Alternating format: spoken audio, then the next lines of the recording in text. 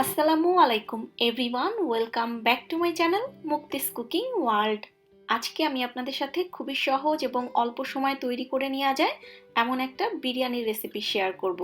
একদমই ঘরোয়া উপকরণে খুব মজাদার এই বিরিয়ানির রেসিপিটা আশা করছি আপনাদের কাছে ভালো লাগবে। তো চলুন দেখে নেওয়া যাক।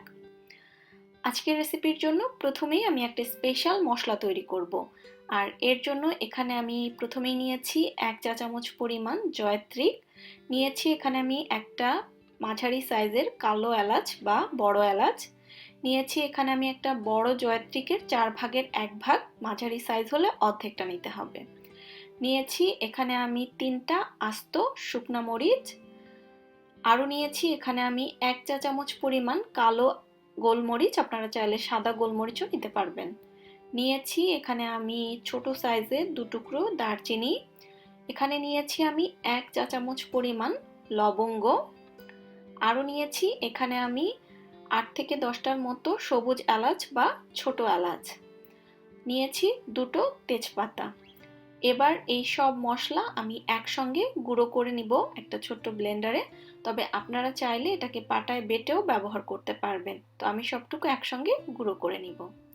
আর এই তো আমি সবকিছু গুঁড়ো করে নিয়েছি, আর এখানে আমার প্রায় 2 টেবিল চামচের মতো মশলা হয়েছে এবং এই পুরো মশলাটাই আমি আজকের রান্নার জন্য ব্যবহার করব। আজকের রেসিপির জন্য এখানে আমি নিয়েছি 1 কেজি পরিমাণ চিকেন, আর চিকেনগুলোকে আমি এরকম রেগুলার কাট করে টুকরো করে কেটে নিয়েছি। আপনারা আপনাদের পছন্দ মতো সাইজটা ছোট বড় করতে পারবেন।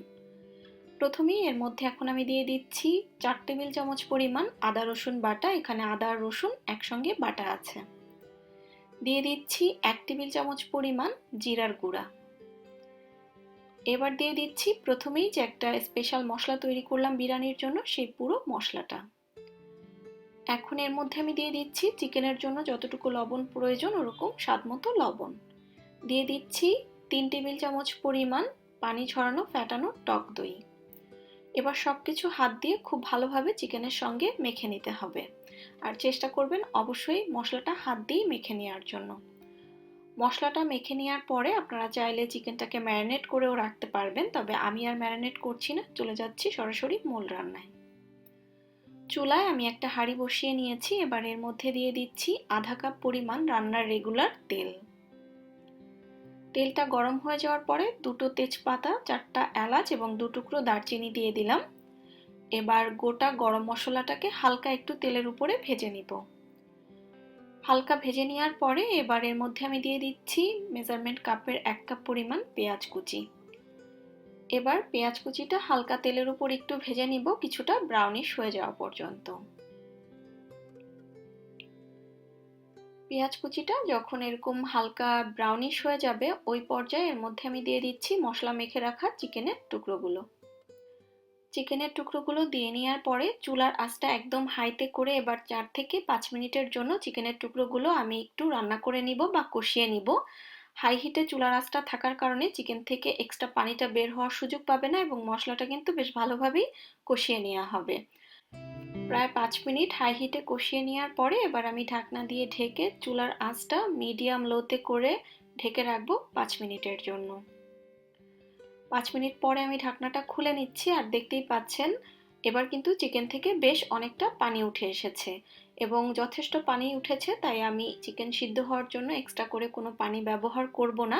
এই পানিটা দিয়ে আমি চিকেনটা সিদ্ধ করে নিব ঢাকনা দিয়ে ঢেকে রান্না করে। আপনাদের প্রয়োজন হলে এক্সট্রা পানি ব্যবহার করতে পারেন। তো এবার চিকেনটা সিদ্ধ হয়ে যাওয়া পর্যন্ত অপেক্ষা করব, আর এই ফাঁকে আমি বিরিয়ানির জন্য চালটা রেডি করে নিব।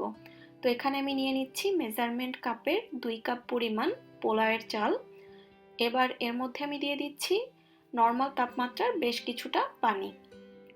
এবার চালগুলোকে খুব ভালোভাবে হাত দিয়ে বেশ কয়েকবার পানি বদলে কচলে ধুয়ে নিব যতক্ষণ পর্যন্ত পরিষ্কার পানি না বের হয়। চালগুলো ভালোভাবে পরিষ্কার পানি দিয়ে ধুয়ে আমি 15 মিনিটের জন্য চালগুলোকে ভিজিয়ে রাখবো এবং ভিজিয়ে রাখার পরে আমি চালগুলো পানি থেকে তুলে নিব। 15 মিনিট পরে চালগুলো আমি পানি থেকে তুলে নিয়েছি। এবার আমি আরও 15 মিনিট এভাবেই রেখে দিব চাল থেকে সম্পূর্ণ পানিটা ঝরে যাওয়ার জন্য, এবং তারপরে আমি রান্নাটা করব। আর এরই ফাঁকে কিন্তু চিকেনটাও সিদ্ধ হয়ে গিয়েছে। আর চিকেনের সব পানিটাও টেনে গিয়েছে, আমি অফ ক্যামেরায় চেক করে নিয়েছি। তো দেখতেই পাচ্ছেন চিকেনের সমস্ত পানি টেনে একদম ভুনা ভুনা হয়ে গিয়েছে। যখন এরকম ভুনা ভুনা হয়ে যাবে ওই পর্যায়ে চিকেনের টুকরোগুলো আমি তুলে নিচ্ছি কিছুটা ঝোল এবং তেল রেখে। তো আমি হাঁড়িতে ঝোল আর তেল রেখে শুধু চিকেনের টুকরোগুলো তুলে নিচ্ছি হালকা কিছুটা মশলা সহকারে। এবার চিকেনের এই টুকরোগুলো একটা সাইডে রেখে দিচ্ছি। আমি 15 মিনিটের জন্য যে চালগুলো ঝরা দিয়েছিলাম সেটা হয়ে গিয়েছে, পানিটা ঝরে গিয়েছে। এবার পানি ঝরানো ভিজিয়ে রাখা চালগুলো আমি মশলা আর তেলের মধ্যে দিয়ে দিলাম। এবার এই তেল মশলার মধ্যেই চালগুলোকে আমি হাই হিটে 3-4 মিনিটের মতো একটু ভেজে নিব। তো চালগুলো আমি হাই হিটে 3-4 মিনিটের মতো ভেজে নেওয়ার পরে এর মধ্যে আমি পানি অ্যাড করব। তার আগে এখানে আমি দিয়ে দিচ্ছি চালের জন্য যতটুকু লবণ অতটুকু স্বাদ মতো লবণ, কারণ চিকেনে কিন্তু আমরা লবণ ব্যবহার করেছি, সেটা মাথায় রাখতে হবে। আর দিয়ে দিচ্ছি 1 চা চামচ পরিমাণ চিনি। চিনিটা অপশনাল, কেউ পছন্দ না করলে না দিলেও হবে।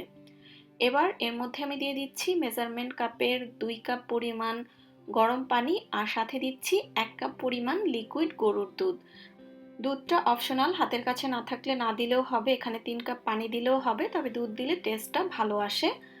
আর এখানে যেহেতু চালটা আমি ভিজিয়ে রেখেছিলাম সেই জন্য আমি 2 কাপ চালের জন্য 3 কাপ পরিমাণ লিকুইড ব্যবহার করেছি। যদি চালটা ভিজিয়ে না রাখতাম তাহলে এখানে 4 কাপ পরিমাণ লিকুইড ব্যবহার করতে হতো। কয়েকটা আস্ত কাঁচামরিচ দিয়ে দিয়েছি। এবার ঢাকনা দিয়ে ঢেকে চুলার আঁচটা মাঝারি থেকে একটু বাড়িয়ে পানিটা সম্পূর্ণ টেনে যাওয়া পর্যন্ত অপেক্ষা করব। যখন পানিটা সম্পূর্ণ টেনে রাইসের গায়ে এভাবে লেগে আসবে ওই পর্যায়ে সবকিছু ভালোভাবে মিশিয়ে এর মধ্যে দিয়ে দিচ্ছি সেই কষিয়ে রাখা চিকেনের টুকরোগুলো। চিকেনের টুকরোগুলো দেওয়ার পরে রাইসের সঙ্গে খুব ভালোভাবে একটু উল্টে পাল্টে মিশিয়ে নিতে হবে। সবকিছু ভালোভাবে মিশিয়ে নেওয়ার পরে উপরটা আমি একটু সমান করে নিচ্ছি। এবার ঢাকনা দিয়ে ঢেকে চুলার আঁচটা একেবারে লোতে করে এভাবেই দমে রেখে দিব 7 থেকে 8 মিনিটের জন্য। 7-8 মিনিট পরে ঢাকনাটা খুলে নিলাম এবং সবকিছু এবার আরও একবার উল্টে পাল্টে নিচ্ছি। সবকিছু ভালোভাবে মিশিয়ে নেওয়ার পরে আমি দিয়ে দিচ্ছি আধা চা চামচ পরিমাণ কেওড়া জল, তবে কেওড়া জল হাতের কাছে না থাকলে না দিলেও হবে, দিলে খুব সুন্দর একটা গন্ধ আসে। দিয়ে দিচ্ছি 1 টেবিল চামচ পরিমাণ ঘি, চেষ্টা করবেন ঘিটা দেওয়ার জন্য, কারণ ফ্লেভারটা খুব ভালো আসে। এবার আবারও ঢাকনা দিয়ে ঢেকে চুলার আঁচ একদম লোতে করে দমে রেখে দিব 7 থেকে 8 মিনিটের জন্য। 7-8 মিনিট পরে আমি ঢাকনাটা খুলে নিলাম আর আমার বিরিয়ানিটা একদম রেডি হয়ে গিয়েছে। রাইসটা পারফেক্টলি সিদ্ধ হয়ে গিয়েছে এবং বিরিয়ানিটাও কতটা ঝরঝরে হয়েছে আশা করছি দেখেই বুঝতে পারছেন। আর এই তো তৈরি হয়ে গেল আমার একদম ঝটপট ঘরোয়া মশলায় চিকেন বিরিয়ানি। আশা করছি এই সহজ রেসিপিটা আপনাদের কাছে ভালো লেগেছে, বাসায় অবশ্যই ট্রাই করবেন, ইনশাল্লাহ কেউ নিরাশ হবে না এইটুকু বলতে পারি। আশা করছি ভালো লেগেছে। আজকের মতো এখানেই বিদায় নিচ্ছি। সবাই খুব বেশি ভালো থাকবেন। আল্লাহ হাফেজ।